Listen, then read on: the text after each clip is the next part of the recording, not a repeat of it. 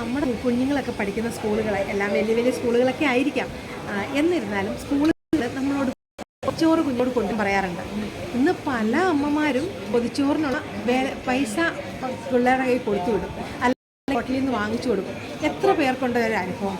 പക്ഷേ ഞാൻ പറയുവാണെങ്കിൽ ഞാൻ ടീച്ചർ ആയതുകൊണ്ട് തന്നെ എനിക്ക് പറയാൻ സാധിക്കും, പല കുട്ടികളും അമ്മ ഉണ്ടാക്കിയതാണ് എന്ന് വേറൊരു കുട്ടി പറയുമ്പോൾ അതിലെ ആകാംക്ഷ, എൻ്റെ അമ്മയ്ക്ക് സമയമില്ല എന്ന് പറഞ്ഞു, എനിക്ക് എൻ്റെ അമ്മ വാങ്ങി തരുക ചെയ്തേ, അല്ലെങ്കിൽ എൻ്റെ അമ്മ പൈസ തന്നുവിട്ടെ. അപ്പോൾ ആ പിള്ളേർക്ക് ആ പൈസ കൊണ്ട് കൊടുക്കാൻ ഒരു താല്പര്യവും ഇല്ലെന്നുള്ളതാണ്. യാതൊരു താല്പര്യവും ഇല്ലാണ്ടാണ് ആ പിള്ളേർ പൈസ കൊണ്ടുവന്ന് ടീച്ചറിൻ്റെ കയ്യിലേക്ക് തരുന്നത്. എൻ്റെ അമ്മ അവർ എന്തോ ഒരു തെറ്റ് ചെയ്ത പോലെയാണ്, എൻ്റെ അമ്മയ്ക്ക് സമയമില്ല ടീച്ചറെ അതുകൊണ്ട് പൈസ എന്ന് പറഞ്ഞാണ് കൊണ്ടുവരുന്നത്.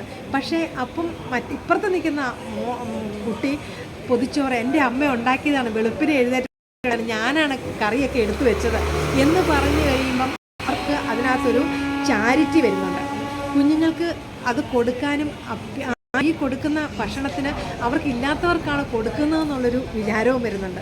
ഇങ്ങനെ ഓരോ പുതിയ പുതിയ കാര്യങ്ങൾ കുഞ്ഞുങ്ങളിലേക്ക് വരുമ്പോൾ കുഞ്ഞുങ്ങൾക്ക് സമൂഹത്തിൻ്റെ വില എന്താണെന്ന് മനസ്സിലാവും.